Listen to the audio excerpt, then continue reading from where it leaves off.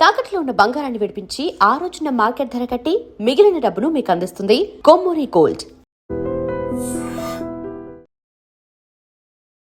శ్రీమాత్రే నమః. శ్రీ గురుభ్యో నమః.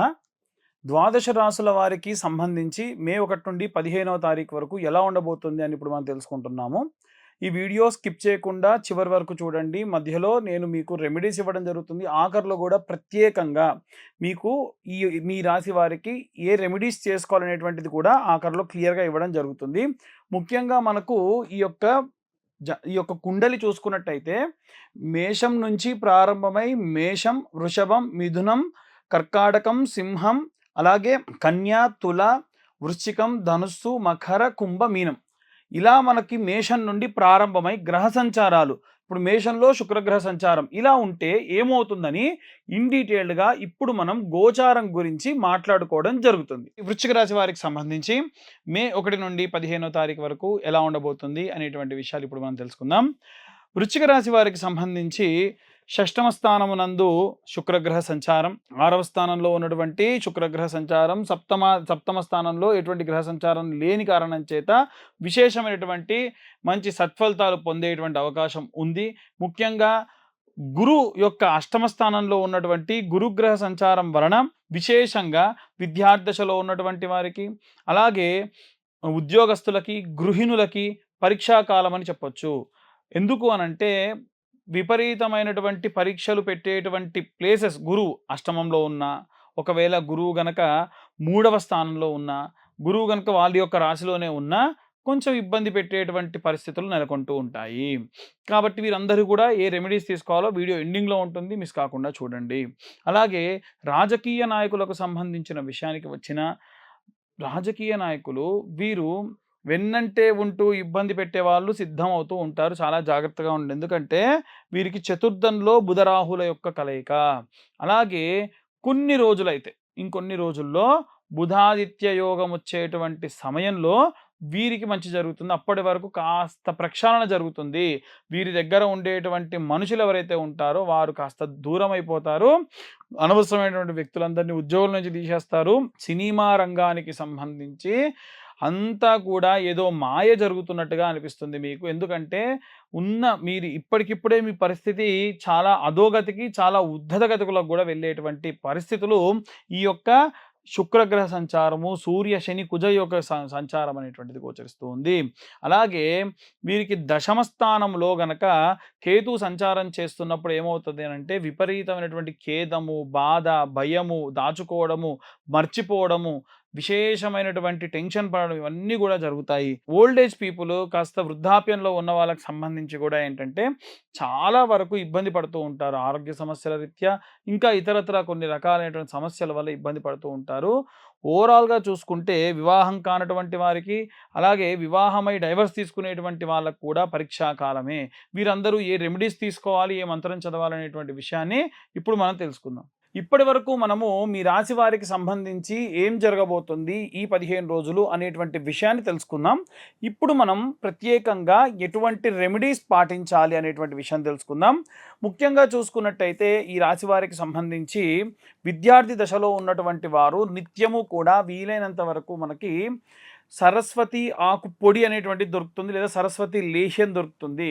నిత్యము కూడా వీలైతే ఒక దానిమ్మ ఆకు లేదా తమలపాకులో కొంచెం అంతా అమ్మవారికి నైవేద్యంగా పెట్టి పిల్లలతోని శ్రీమాత్రే నమః అని 11 సార్లు జపించి దాన్ని తినడం వల్ల విశేషంగా సరస్వతి కటాక్షము, వాక్శుద్ధితో వాగ్దేవి యొక్క సంపూర్ణ కృప లభిస్తుంది. అలాగే గృహిణులు ఎవరైతే ఉంటారో, అంతకుముందు నేను చాలాసార్లు చెప్పాను, మళ్ళీ కూడా అదే చెప్తాను, సంవత్సర కాలంలో 10,000 సార్లు శ్రీమాత్రే నమః అనేటువంటి జప సంఖ్య పూర్తి కావాలి. వీలైనంత వరకు మీరు ఆ జపం చేయండి, చాలా మంచిది. నిత్యము కూడా చాలామంది గృహిణులు చేసేటువంటి తప్పేమిటి అంటే స్నానం చేయకుండానే ఇల్లు ఊడవడము, గడపను పూజించడం లాంటివి చేస్తూ ఉన్నారు. స్నానం చేయండి, చీపురు కర్ర కూడా ముట్టుకోకూడదు, వంటింట్లోకి వెళ్ళి టీ కాఫీలు కూడా పెట్టకూడదు. స్నానం చేసిన తర్వాతకే మీరు ఏ పనులైనా చేయండి. విశేషంగా జ్యేష్ఠాదేవి మీ ఇంట రాకుండా లక్ష్మీదేవి మీ ఇంట తాండవం చేస్తుంది. లేవగానే మీరు పడుకున్నటువంటి పక్క బట్టలు మడతపెట్టడం కానివ్వండి, ఇంట్లో ఎప్పుడూ శుభ్రతతో ఉండడం కానివ్వండి, మంచి మాటలు వినిపించడం కానివ్వండి, ఎప్పుడూ కూడా ఇంట్లో మంచి వాసన వచ్చేటట్టుగా చూసుకోండి. విశేషమైనటువంటి సత్ఫలితాలు పొందుతారు. ఇంట్లో ఉన్నటువంటి యజమాని బాగుండాలి అంటే నిత్యం అన్నదానం చేయాలి. పూర్వం నిత్యం అన్నదానం చేసేవాళ్ళు ఇప్పుడు చేయలేరు కాబట్టి ప్రతిరోజు మీరు వండుకునేటువంటి బియ్యంలో మొట్టమొదటి పిరికెడు బియ్యం తీసి ఒక కొత్త డబ్బాలో వేయండి. 2 నుండి 3 నెలల తర్వాతకి ఎక్కడ మీకు అన్నదానం జరిగినా బియ్యం తీసుకెళ్ళి ఇవ్వండి. అప్పుడు రోజు మీరు అన్నదానం చేసినటువంటి ఫలితం మీ ఖాతాలో వేయడం జరుగుతుంది. అలాగే ఎవరైతే ఉద్యోగం చేసేటువంటి వాళ్ళు ఉన్నారో, ప్రభుత్వ ఉద్యోగం చేసేటువంటి వారైతే గనక నిత్యము సూర్యోదయాన్ని చూడాలి. నిత్యం సూర్యోదయాన్ని చూసి ఎప్పుడైతే మీ ఉద్యోగంలో గనక విపరీతమైన కష్టాలు బాధలు ఉంటే మీ కష్టాలు బాధలు పోవుటకు మిరప గింజ అంటే ఎండిపోయినటువంటి ఎండు మిరపకాయలో ఉన్న గింజలు, అలాగే ఒక ఎర్రటి వర్ణంలో ఉన్నటువంటి గులాబీ రెక్కలు చేతిలో వేసుకొని మీ ఆవిడ్ని లేదా మీ పిల్లల్ని చేతిలో నీళ్లు పోయమని చెప్పి సూర్యుడికి అర్ఘ్యం విడిచిపెట్టాలి. ఆ అర్ఘ్యం విడిచిపెట్టేటప్పుడు భానవే నమః, ఆదిత్యాయ నమః, సూర్యాయ నమః, సప్తాశ్వరద మారూఢాయ నమః, ప్రచండాయ నమః, అలా సూర్యుడికి సంబంధించినటువంటి ఆదిత్య, ఇలా సూర్యుడికి సంబంధించినటువంటి అరుణ, ఆదిత్య, సూర్య, ఈ 7 నామాలు కూడా చదవడం మంచిది. దానివల్ల ప్రభుత్వ ఉద్యోగస్తులందరికీ కూడా మంచిది. ఇక సాధారణంగా ప్రైవేట్ ఉద్యోగం చేసేటువంటి వాళ్ళు నిత్యము కూడా దక్షిణామూర్తికి సంబంధించిన స్తోత్రము, అలాగే హనుమాన్ చాలీసా పారాయణ చేయండి. ఎందుకంటే ఎక్కడో ఏ దేశంలోనో ఇబ్బంది జరిగితే మీ ఉద్యోగానికి ఎఫెక్ట్ అవుతుంది. ఆ యొక్క ప్రాజెక్టులు రాకపోవడం, మిమ్మల్ని ఉద్యోగంలో నుంచి తీసేయడం, అలాంటి ఇబ్బందులు అవుతాయి. ఇవన్నీ కూడా దక్షిణామూర్తి హనుమంతుల వారు చూసుకుంటారు కాబట్టి నిత్యం మీరు ఆ యొక్క పారాయణ చేయడం మంచిది. అలాగే ఎవరైతే విద్యార్థి దశలో ఉద్యోగస్తులు, గృహిణుల గురించి ఇప్పటివరకు చెప్పుకున్నాం, కానీ వ్యాపారస్తులకు సంబంధించిన విషయానికి వస్తే బుధవారము చింతపండు వీలైతే ప్రసాదం కోసము ఎక్కడైనా వెంకటేశ్వర స్వామి ఆలయంలో దానంగా ఇవ్వండి. మీ యొక్క వ్యాపార స్థలం దగ్గరికి హెజ్రాలు వస్తే కనుక వారికి తినడానికి ఏదైనా ఇవ్వండి. బుధవారం నాడు ప్రతిరోజు ఏదో ఒకటి ఇస్తూ ఉంటారు మీరు, 5 రూపాయలు 10 రూపాయలు, కానీ బుధవారం నాడు ఏమైనా తింటారా అని చెప్పి తినడానికి ఏదైనా ఇవ్వండి. దానివల్ల ఉన్నత వ్యాపార అభివృద్ధి కలుగుతుంది.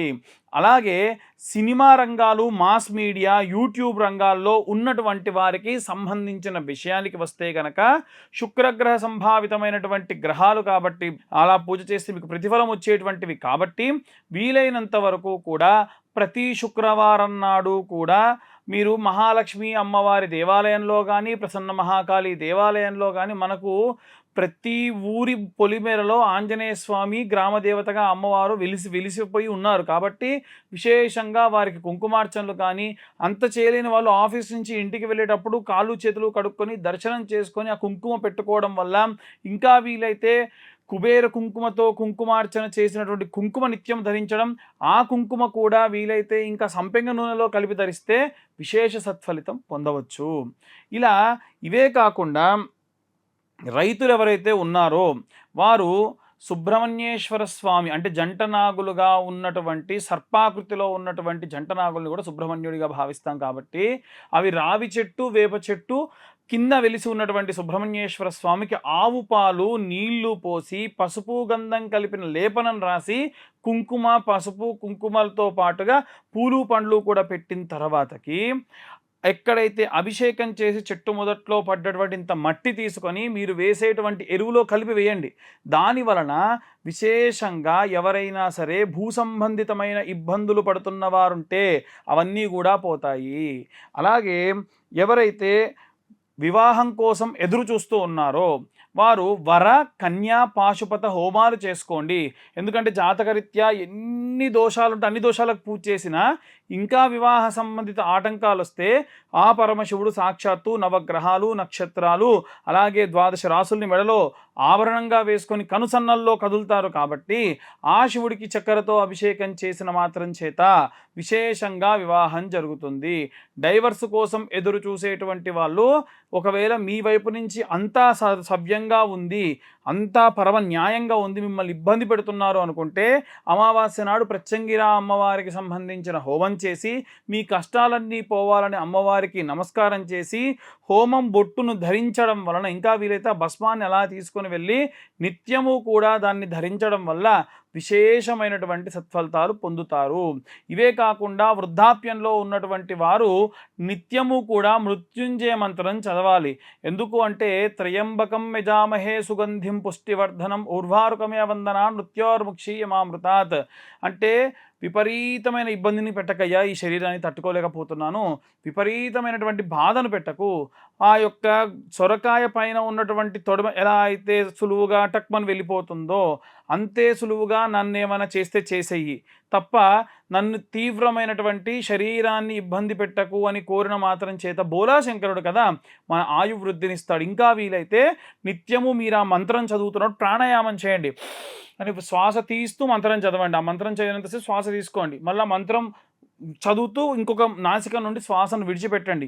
శరీరంలో ఉన్నటువంటి విపరీతమైనటువంటి నొప్పులు పోయి వాయు సంబంధిత, కఫ సంబంధిత, పిత్త సంబంధితమైనటువంటి ఇబ్బందులు పోయి మంచి ఆరోగ్యాన్ని పరమశివుడు ఇస్తాడు.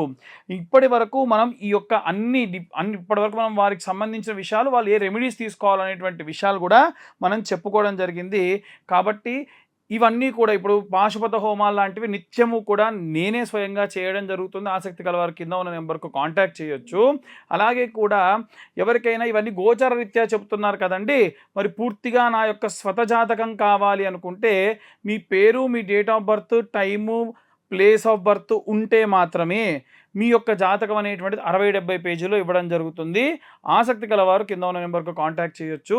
వివాహం కోసం పూజలేమీ చేయించలేము, కానీ మీ యొక్క వివాహానికి సంబంధించి సంబంధాలు కావాలంటే కింద ఉన్న నెంబర్కు కాల్ చేసి రిజిస్టర్ చేసుకుంటే నేను నిత్యం ప్రతి నెల కూడా చేసేటువంటి పూజలకు నా దగ్గరకు వచ్చేటువంటి సంబంధాలు కూడా ప్రతి 45 రోజులకు ఒకసారి డేటాను నేను ఇవ్వడం జరుగుతుంది. ఆసక్తి కలవారు కింద ఉన్న నెంబర్కు కాంటాక్ట్ చేయొచ్చు. సర్వే జనా సుఖినో భవంతు. స్వస్తి.